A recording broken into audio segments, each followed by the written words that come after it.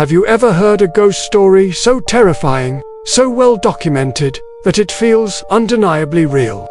Well, pull up a chair, because tonight we're traveling back to 19th century Tennessee to uncover the legend of the Bell Witch. Widely considered America's greatest haunting, our story begins in 1817 in Adams, Tennessee. John Bell, a prosperous farmer, lived a quiet life with his wife Lucy and their children. But that peace was about to be shattered. It started subtly.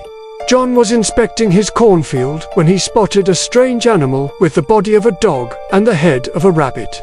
He shot at it, but the creature simply vanished. That same night, the family was jolted awake by a horrifying pounding sound on the outside walls of their log cabin.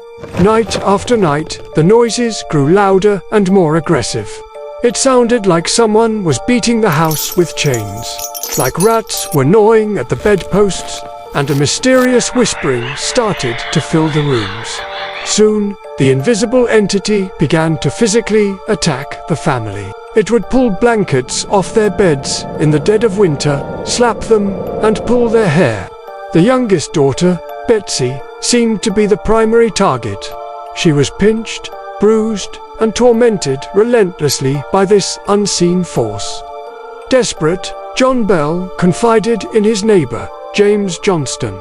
Johnston stayed the night, and after experiencing the terror for himself, he helped form an investigation committee. Word spread like wildfire, and people came from all over to witness the phenomena. Even a future US President, General Andrew Jackson, decided to investigate. Legend says Jackson and his men arrived, full of bravado, but their wagon mysteriously got stuck. No matter how hard they pushed, it wouldn't move. Jackson allegedly exclaimed, "By the eternal, boys, it's the witch." Suddenly, a disembodied voice told them they could proceed, and the wagon moved freely. The entity then spent the night tormenting Jackson's men so severely that they fled the farm at dawn, with Jackson famously declaring he'd rather fight the entire British army than face the Bell Witch again. This entity eventually gave itself a name, Kate. She claimed she was the witch of the Bell family. Kate's voice could be heard all over the farm, singing hymns, quoting scripture, and holding intelligent conversations with visitors. She had a particular hatred for John Bell, whom she called Old Jack Bell, and swore she would be the death of him. She also vehemently opposed Betsy's engagement to a local man named Joshua Gardner, tormenting the young couple until they finally broke it off. For years, Kate's reign of terror continued. John Bell's health deteriorated rapidly.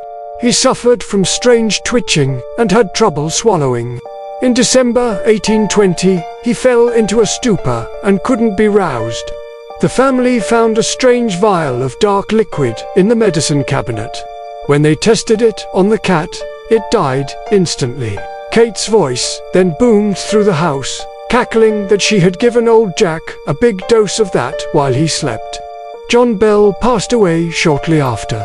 He is believed to be the only person in American history whose death was officially attributed to a supernatural entity. After John's death, and with Betsy's engagement broken, Kate's activity began to fade. She promised to return in 7 years, and she did, haunting the home of John Bell Jr. for a few weeks before leaving again.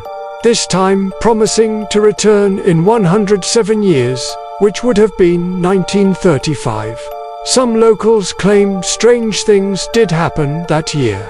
So, was the Bell Witch a vengeful spirit, a poltergeist, or something else entirely?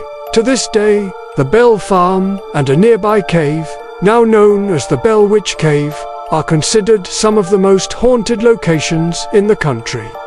The story has been passed down through generations, a chilling piece of American folklore that blurs the line between legend and history. What do you think really happened to the Bell family? Let me know your theories in the comments below. Thanks for watching, and if you enjoyed this dive into the paranormal, be sure to hit that like button and subscribe for more spooky stories. stay curious, and see you next time.